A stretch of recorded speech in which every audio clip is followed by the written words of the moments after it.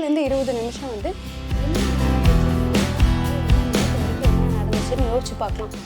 அதுவும் இல்லையா, நம்ம வந்து ஒரு நல்ல ஒரு பீஸ்ஃபுல்லான ஒரு சாங்ஸை போட்டுட்டு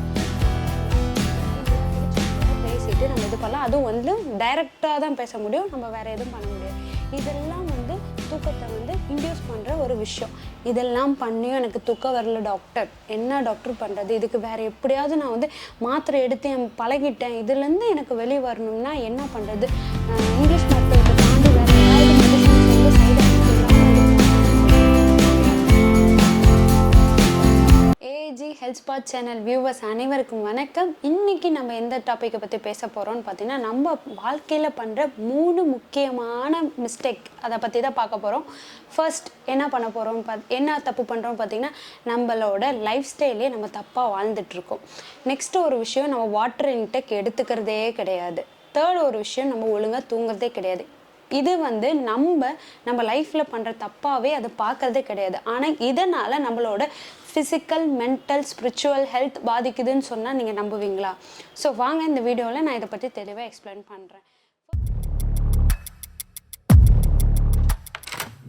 நம்ம முக்கியமாக பண்ணுற ஒரு விஷயம், ஃபர்ஸ்ட் விஷயம் என்னென்னு பார்த்தீங்கன்னா, லைஃப் ஸ்டைலில் பண்ணுற ஒரு தப்பு. அது என்னன்னு பார்த்தீங்கன்னா, நம்ம நைட்டு தூங்க போகும்போதும் நம்ம மொபைல் ஃபோன் யூஸ் பண்ணுறோம்.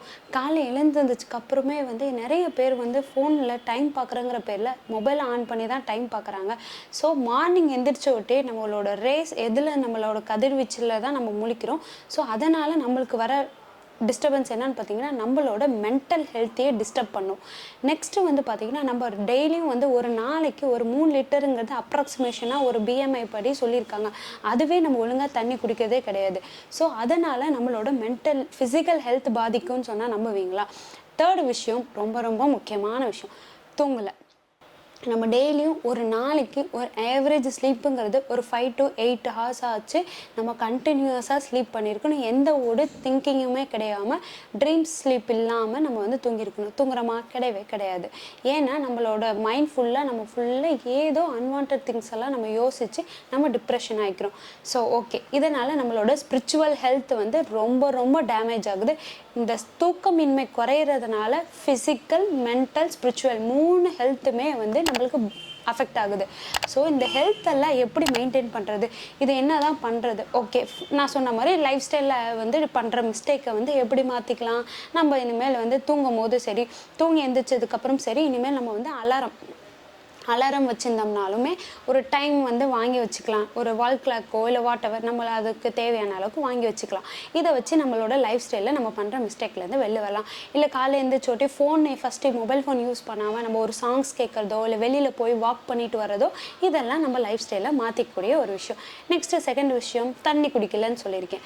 தண்ணி குடிக்கணும்னா நம்ம டெய்லியும் நார்மலாக வந்து அப்ராக்சிமேட்டாக நம்மளுக்குன்னு ஒரு வாட்டர் கேன் நம்மளுக்குன்னு வாங்கி வச்சுட்டு, நம்மளுக்கு பிடிச்ச மாதிரி உங்களுக்கு எப்படி பிடிக்குமோ நீங்களே போய் டிபார்ட்மெண்ட் ஸ்டோரில் செலக்ட் பண்ணிவிட்டு உங்களுக்கான வாட்டர் கேனை வாங்கி, இந்த வாட்டர் கேனை அட்லீஸ்ட் நான் ஒரு 8 தடவையாச்சும், இந்த ஒரு 1/2 லிட்டர் வாட்டர் கேனை 8 தடவை வந்து நீங்கள் தண்ணி பிடிச்சி குடிக்கணுங்கிறத ஒரு சேலஞ்சாக வச்சு உங்களால் குடிக்க முடியுதான்னு நீங்களே செல்ஃபாக டயக்னோஸ் பண்ணிக்கலாம். இது மாதிரி நம்மளோட வாட்டர் இம்ப்ரூவ்மெண்ட்டை வந்து இன்டேக்கை வந்து இம்ப்ரூவ் பண்ணிக்கலாம். தேர்டு விஷயம், ஸ்லீப்பு. நிறையா பேர் தூக்கத்தை வந்து காசு கொடுத்து வாங்குகிறோம். அந்த அளவுக்கு வந்து ஒரு மாத்திரை மருந்துகள் நம்மளோட இப்போ இருக்கிறாங்க ஸ்லீப்பிங் பில்ஸ் வந்து அதிகமாக யூஸ் பண்ணுறாங்க.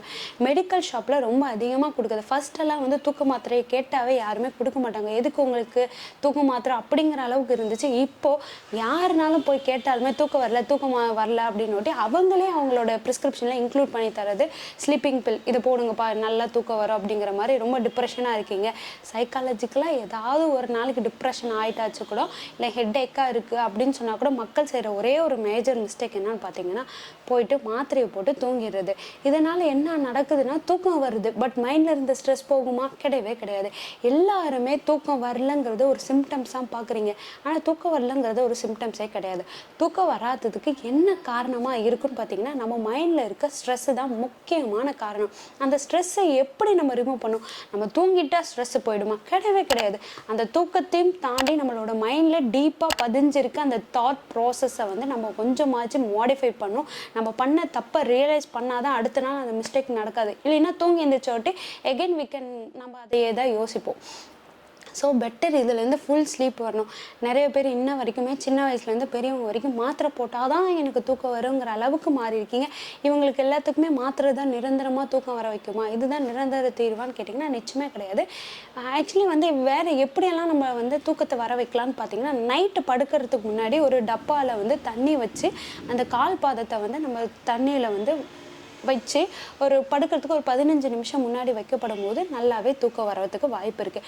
நெக்ஸ்ட்டு பார்த்திங்கன்னா, கண்ணை மூடி தூங்குறதுக்கு முன்னாடி ஒரு 10லேருந்து 20 நிமிஷம் என்ன நடந்துச்சு இந்த டேயில் காலையிலேருந்து நைட்டு வரைக்கும் என்ன நடந்துச்சுன்னு யோசிச்சு பார்க்கலாம்.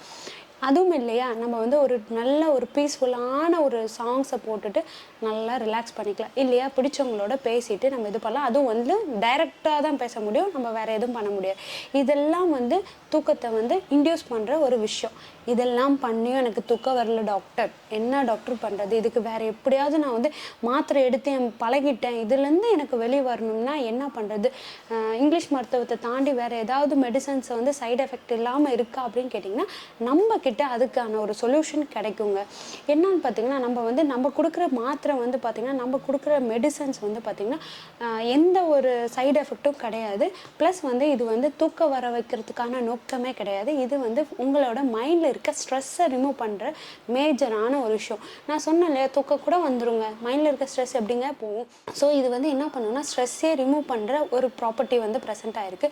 ஸோ பெட்டர் நம்ம அதை ரிமூவ் பண்ணால் எங்ககிட்ட இருக்க ஸ்லீப் வெல் அப்படின்னு சொல்லிட்டு அந்த டேப்லெட்டை நீங்கள் எடுத்துக்கப்படும் போது என்ன ஆகுன்னு பார்த்தீங்கன்னா, ஒரு 30 டேஸ் 15லேருந்து 30 டேஸ் நீங்கள் அதை ரெகுலராக எடுத்துகிட்டு வரும்போது உங்களுக்கு நல்லாவே இம்ப்ரூவ்மெண்ட் கிடைக்கும். ஒன்ஸ் இது உங்களுக்கு நார்மலாக இயற்கையாகவே தூக்கம் வந்துருச்சு, நீங்கள் ஹேபிச்சுவேட் ஆகிட்டிங்கன்னா இந்த டேப்லெட்டை நீங்கள் திரும்ப கூட கண்டினியூ பண்ணணும், எவ்வளோ நாள் கண்டினியூ பண்ணணும் அப்படிங்கிற கொஸ்டின்லேருந்து கூட வெளியில் வரலாம்.